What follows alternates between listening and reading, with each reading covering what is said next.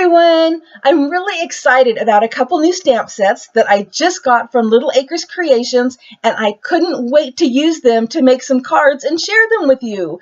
And I'm also going to be sharing a technique that I used on one of the cards, and it is something that you can do to add a little dimension or interest to images or papers.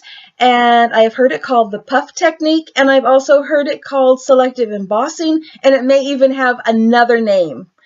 But before we head over to the craft table, I want to remind you all to stop by Crafter's Castle, links below in the description box, and enter your wonderful creations in our challenge.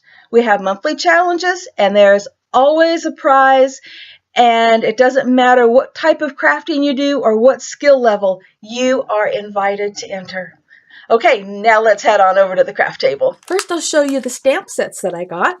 This one is called Friendship Defined, and it has all of these wonderful definitions. I just love it. I've always wanted something like this.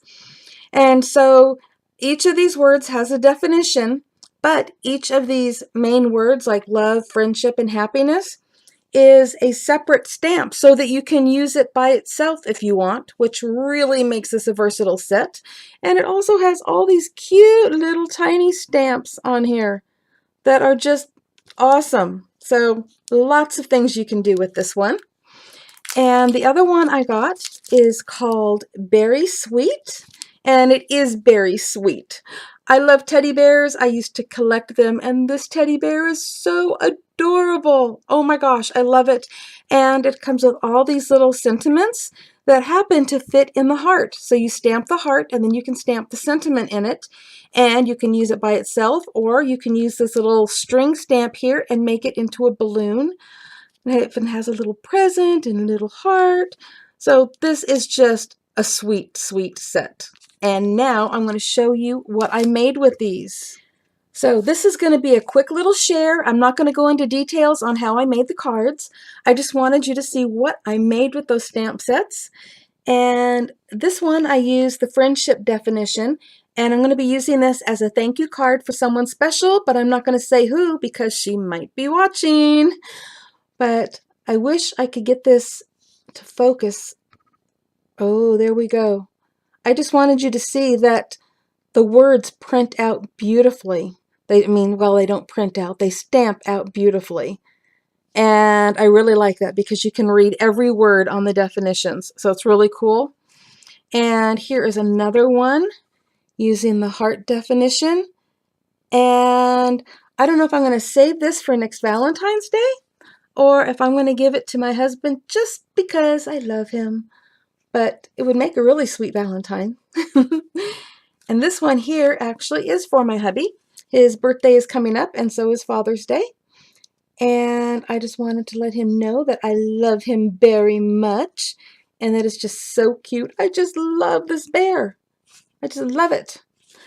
And here's the card that I use the technique that I'm going to be sharing with you, the puff technique or the selective embossing technique. And I don't know if you can see it, but the little paws and the nose, they are puffed out. And here is the heart, and the sentiment stamps nicely in it. And I use this for a balloon, but instead of using the stamp that came with it, I used the string, and I poked little holes right there in his paw and slid it right through so it looks like he's holding it. Isn't that just so cute? I love this.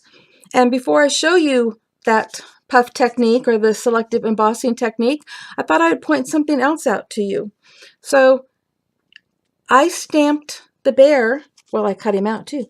I stamped the bear in pink because I was coloring him pink. So that way you don't have a lot of black outlines everywhere, and it looks really cool.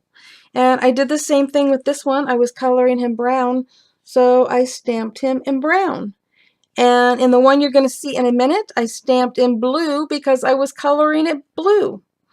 So let me show you how to do this puff technique now. Okay, you're going to need a mouse pad or something with some give to it, okay? And you're going to need an embossing tool, one that has a smaller end and a little bit bigger end. Or if you don't have one of those, save an old pen. When they don't write anymore, you know, there's no more ink in them, these are actually perfect, both ends actually. So hang on to those if you don't have an embossing tool. And then you're going to need either an image that you want to use, or you can even use a piece of cardstock or paper. I've actually done this one before. I'm going to hold this up. I haven't done it on this piece, but see the little white butterflies? I've actually done this technique so that all the little white butterflies are raised, and it looks really awesome. So you can do this, you know, with some designer papers or with an image. But for this, we're going to use the image, and I'm going to use my embossing tool. So the first thing you're going to do is you're going to use the skinnier end to outline the area that you want to puff up. So I'm going to go around the nose, and I'm doing it slowly, and you do want to put some pressure, but you don't want to press so hard that you poke all the way through. Okay, so with that done, I'll turn it over, and you can see the outline right here. Okay, so with that, now I'm going to use the wider end, and I am just going to start doing this. And actually, I didn't realize how difficult this was going to be to do in this light and with the camera.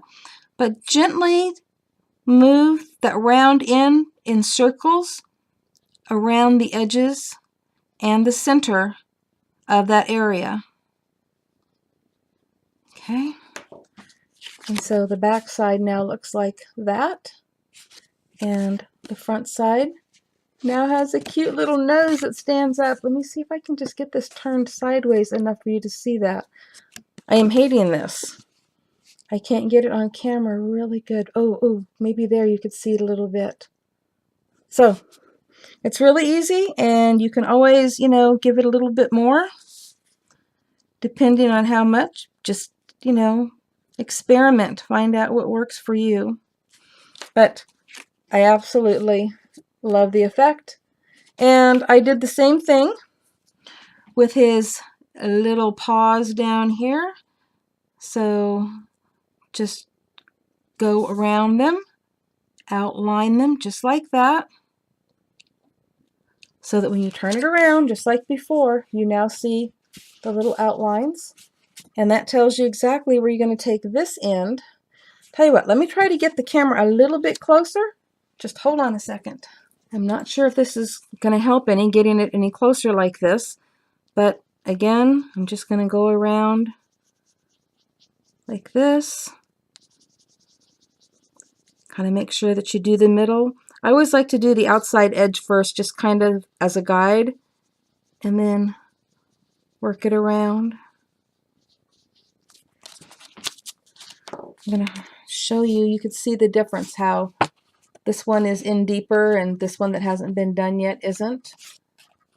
And you can see how that paw is sticking out, that pad part, and then you can see down here at the bottom that that one is not. So it's just a really fun technique, and you can use this, like I said, on images. You can select what parts you want to emboss or puff out, and you can do this with papers or whatever you want. And that is what I have to share with you today. Thank you all for watching, and don't forget, there are links below in the description box to Crafter's Castle so that you can enter your wonderful creations in our challenge, and also to Little Acres Creations and to the stamp sets that I used today. So just click where it says show more, it'll all drop down, and you won't miss a thing. Happy crafting, everyone. Bye-bye.